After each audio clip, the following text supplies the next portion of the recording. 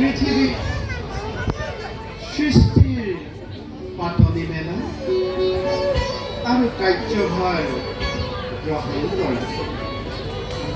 উজ্জ্বল হ'লে যত্নেও এই কাৰ্যত সহায় কৰিব লাগিব।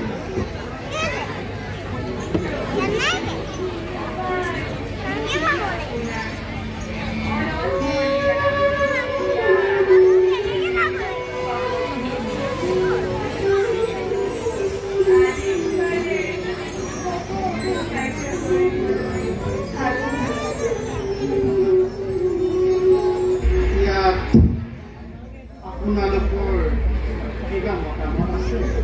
প্ৰজাপতি আৰু মহেশ্বৰ, আমি ইয়াতে মিলিত হৈছো।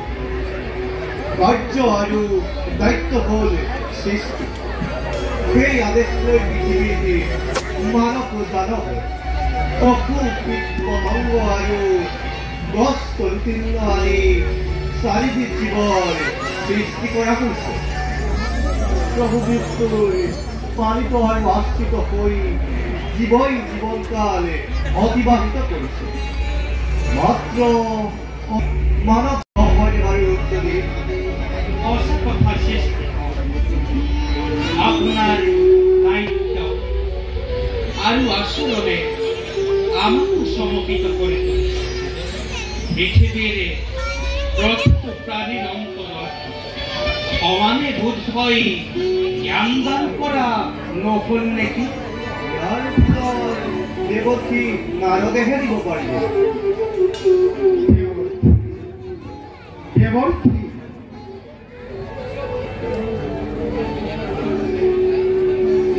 অনন্তৰ ভয়নে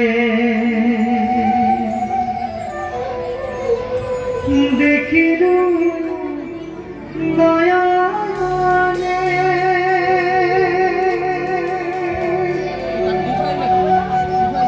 লক্ষ্মী নাৰায়ণ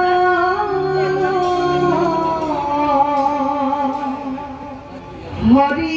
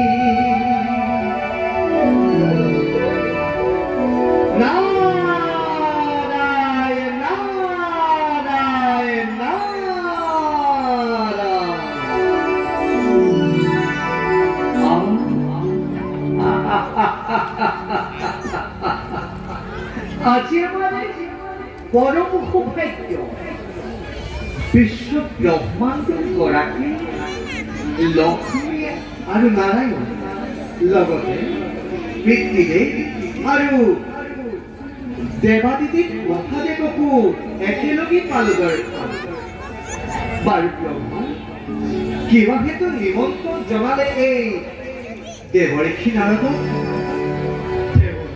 প্ৰভু সৃষ্টিৰ পাতনি মেলিবৰ বাবে আপোনাৰ পৰামৰ্শৰো কৈছে কৰিব। নাৰায়ণ নাৰায়ণ। প্ৰভু হে ভোলানাথ, পিতৃদেৱে উপযুক্ত স্থানতেই উপযুক্ত কথাকেই কৈছে। মানৱ আৰু দানৱক পিতামহে বিশেষ বস্তু প্ৰদান কৰিছে, জ্ঞান জ্ঞান পিতামহে সকলোকে দিছে, কিন্তু মানৱ আৰু দানৱক এটি বিশেষ বস্তু প্ৰদান কৰিছে, সেয়াই হৈছে বিবেক। অতি সুন্দৰ তোমাৰ বৰ্ণনা। তেন্তে মোৰ অনুমান সঁচা, কিন্তু আমি যে মহাকালৰ কৃপায় অনাই পৃথিৱীৰ সকলো প্ৰাণীৰ ভিতৰত বিবেকমান হৈ মানৱ দানৱে অতি জঘন্য কাম কৰিবলৈও কিয় সংকোচ কৰা নাই। ন্যায়, অন্যায়, পাপ, পুণ্য, ধৰ্ম, অধৰ্ম আজি বিচাৰ বহন কৰি পৃথিৱীত যি অসম্ভৱৰ সৃষ্টি কৰিছে, ইয়াৰ বিচাৰে কোনে কৰিব?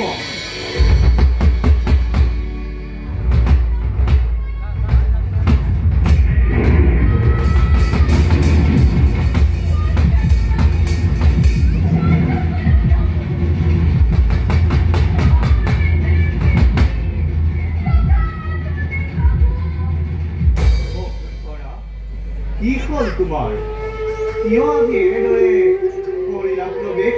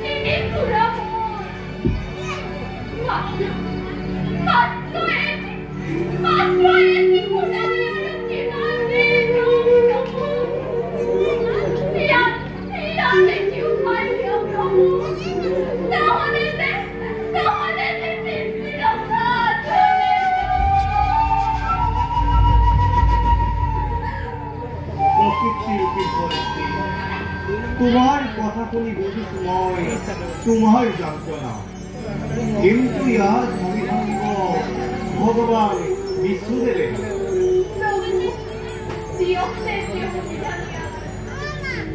তেন্তে শুনা সকলোৱে মোৰ কথা। প্ৰভু, ধৰিত্ৰীৰ বিননি শুনি নিজে মই পৃথিৱীৰ ভাৰ সংসাৰৰ হেতু অচিৰতে জন্ম লম কৰাৰ বুকুত, আৰু তুমিও কৰাকৈ জনমসকল মথুৰাৰ যাদৱ কুলত।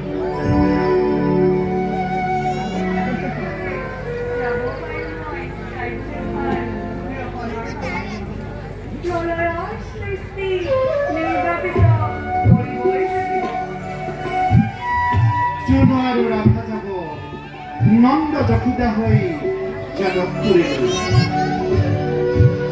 স্বৰ্গৰ দেৱগণ হ'ব উপবান, দেৱপত্নী সমে ব্ৰজধামে গৈ গোপী হ'ব, অনন্তই অনুভক্ত নামে ৰোহিণীৰ গৰ্ভত জন্মগ্ৰহণ কৰিব। যোগমায়াই নন্দৰ ঘৰত স্থিতি ল'ব আৰু সৰ্বকাৰ্য সম্পাদনৰ হেতু নিজে মই কৃষ্ণৰূপে দৈৱকীৰ গৰ্ভত জন্ম ল'ম।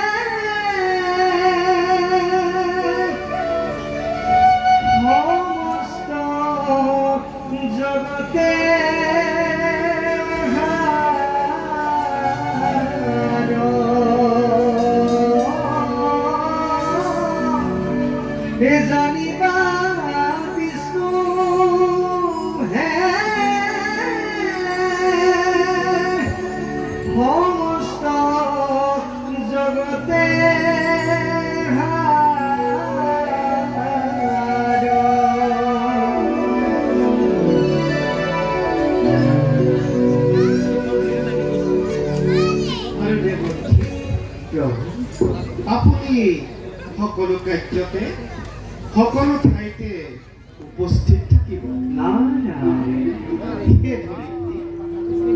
চিন্তা আৰু নকৰা অবিলম্বে দূৰ হ'ব সকলো দুখ। সাধু সন্তই ৰক্ষা পাব, পূৰ্ণ হ'ব বাসনা। যোৱা এতিয়া তুমি নিঃস্ব হ'ব নোৱাৰিবা।